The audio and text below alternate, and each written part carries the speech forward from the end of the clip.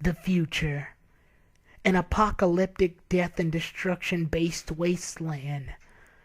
Our hope that was in the form of the Z Warriors has been completely diminished by the cybernetic Jinzo Ningen, also known as the androids. They have completely wiped out every one of our world's strongest fighters, and our main light of hope, Goku, dies of a heart virus before the battle even begins. All hope isn't completely lost, however, as a small glimmer is in the form of Goku's son, Gohan. But wait, there is another who will also rise in order to fight off against this futuristic apocalyptic wasteland, because in a pool of death and destruction, you better have your Trunks. That'll never be funny. Stop it. Hey, come on, you owe me. I helped you.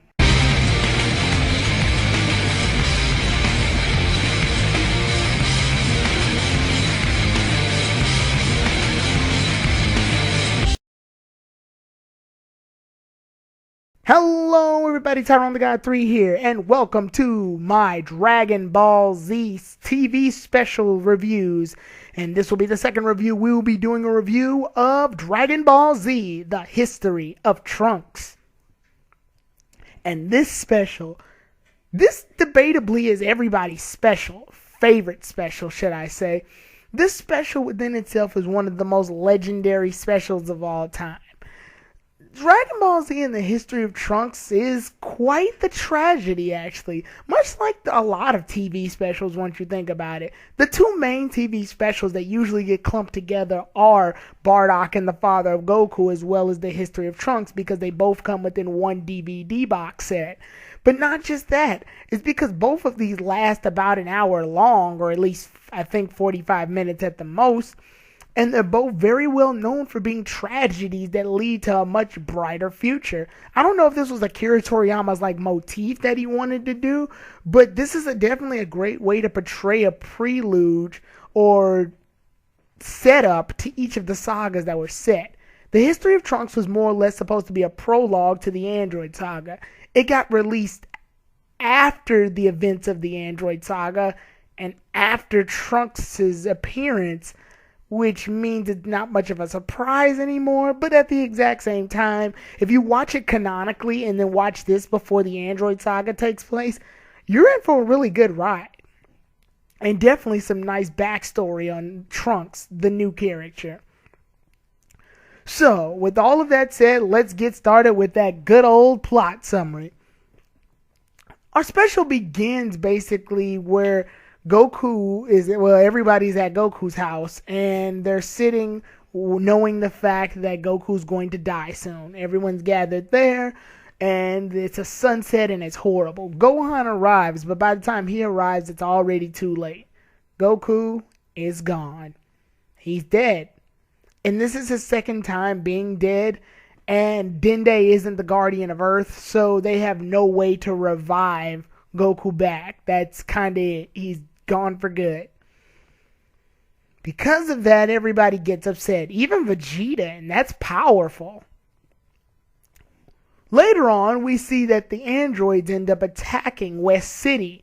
And once they attack West City, our Z Warriors go in and try to fight them off. However, since the androids came out of pure nowhere and they weren't aware of the androids' appearance, the Z Warriors end up getting killed very quickly.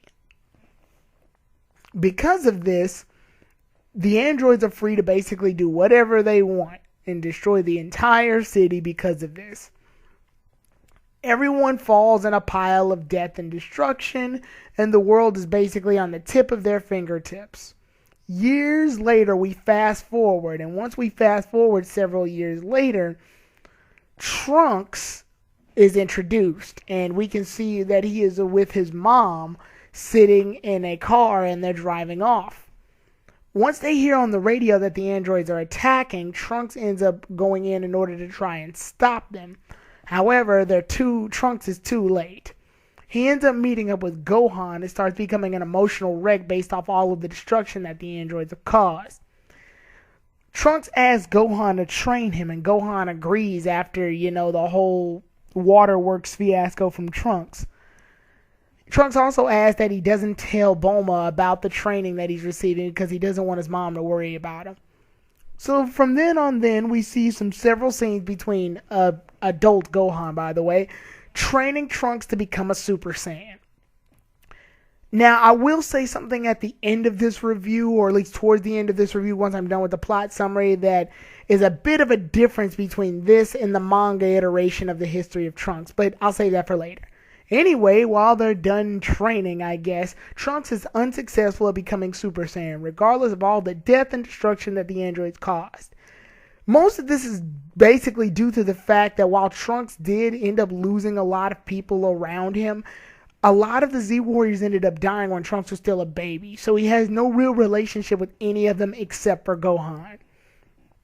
So we move on, and Gohan ends up sensing he can't sense the androids, but he sees the destruction in a nearby city and tries to fight off against the androids. Trunks joins into the battle this time as well, and when they engage in battle, Trunks ends up getting his ass handed to him by Android 18, while Gohan and 17 are evenly matched. It is also fun to note here that when Piccolo and Krillin got killed by the androids, that's what triggered Gohan to become Super Saiyan. So there you go. Anyway, while they're evenly matched and Trunks is getting his ass kicked, Gohan goes in to save Trunks, but because of that, he's vulnerable. So then the androids end up getting a pop shot on him. Once they end up doing that, Gohan ends up trying to take cover and protect and protect Trunks as well. The androids end up shooting a huge fireball in the entire city, which causes a lot of destruction because they can't tell whether or not they killed Gohan or not. They didn't kill Gohan or Trunks. However, what they did do was mortally wound Trunks beyond belief, and Gohan is so injured to the fact where they blew up his right arm. Or left arm. It's his left arm. Anyway, once they blew up his left arm and Gohan is down to one Senzu Bean, he uses that Senzu Bean in order to bring Trunks back up to health. But then Trunks ends up taking Gohan to Bulma and they end up patching up Gohan. Gohan decides to get back up and start training Trunks again in order to become Super Saiyan. This is really messed up because it's the first and I think the only time we end up seeing a fighter in Dragon Ball Z just not have an appendage on them. But yeah. So anyway, once that's all said and done, Trunks tries to become a Super Saiyan again but fails. Then they end up hearing that the androids are destroying another city and Gohan and Trunks are prepared to go down and fight. Gohan doesn't want Trunks to help him because he feels he's a lot more vulnerable with Trunks being with him.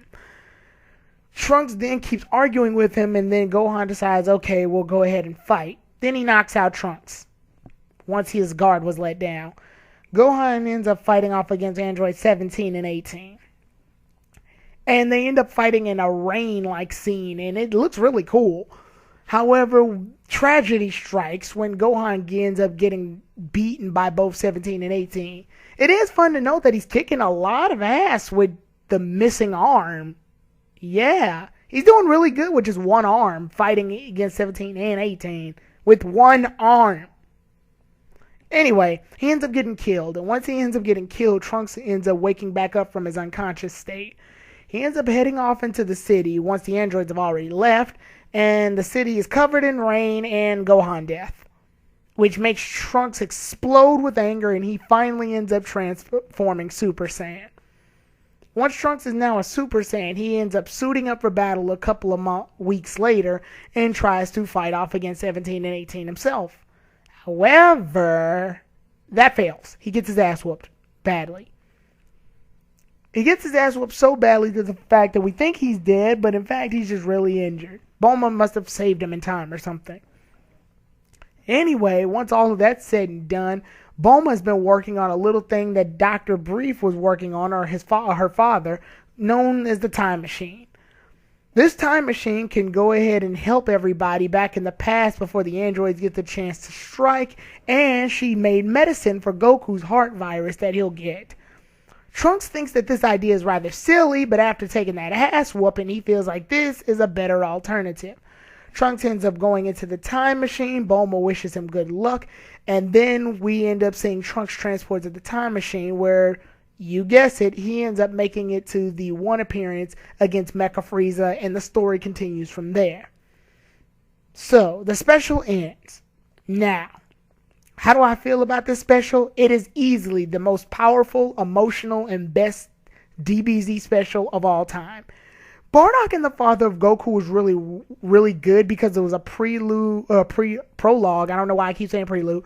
Prologue to the entire DBZ series. But as far as a prologue and character development to the Android Saga, this is definitely a great way to introduce Trunks. This is definitely a great way to give character development, to devote an entire special to one character and their growth and tragedy and downfall, sadness and anger, all into one go. Trunks gets his ass whooped by the androids. Gohan gets killed. And all the Z fighters are dead. Goku dies before the fight even goes down. This is a tragedy. And it's unlike anime. It is unlike a lot of anime, or at least popular anime, to give this much development to a tragedy. And at the same time, you can't help but feel that Trunks wins this in the end. Yeah, he gets his ass whooped by the androids. Yeah, Gohan, his best friend and teacher, ends up getting killed by the androids. But when you look at it, the time machine brings up hope. Time is a major motif and factor in this entire special. With time, we see that things progress. Even Gohan foreshadows his own death. He knows that if he dies, someone better will take his place. And in the end, Trunks does come back from the future and ends up killing 17 and 18. Spoilers, sorry. But it's because of those motifs and powerful forces of imagery and just all of this mix of emotions that make for a much better conclusion, or epilogue, if you will, when Trunks comes back and fixes things in his timeline. I definitely can tell that even though this is a separate timeline from the main DBZ timeline, that this is powerful. And I probably should mention that, This special takes place in a timeline that's the future timeline of the main DBZ timeline. This takes place several years before the main DBZ timeline, obviously. But because of this, they relate. Because obviously Trunks will go back in time into the main DBZ timeline. So yeah, this takes place in an alternate timeline where they weren't able to get the medicine for Gohan, and the androids came and killed everyone. So yeah, it's the Trunks timeline that you all know and love. I didn't think I had to explain that, but there you go. Also, I want to do this one real fast before the ending. The manga actually did an iteration of the history of Trunks, which I find isn't as successful because Trunks is already a Super Saiyan. And I gotta say, that is a big downfall considering that Super Saiyan is usually triggered by very heavy, powerful, emotional based things that trigger the transformation. So, for Gohan to die, which triggers Trunks to become Super Saiyan, is a much better, way for Trunks to become Super Saiyan. So if you were to tell me which one I prefer this anime interpretation more than the manga. I'm sorry, Akira Toriyama, that's how I feel. But other than that, yes, I would recommend this one perfectly. This is a great special. Watch it out. You need it as a prologue for the Android Saga anyway. But the next special is Yo Goku and his friends return. See you all then, everybody. Tyrone the God 3 out.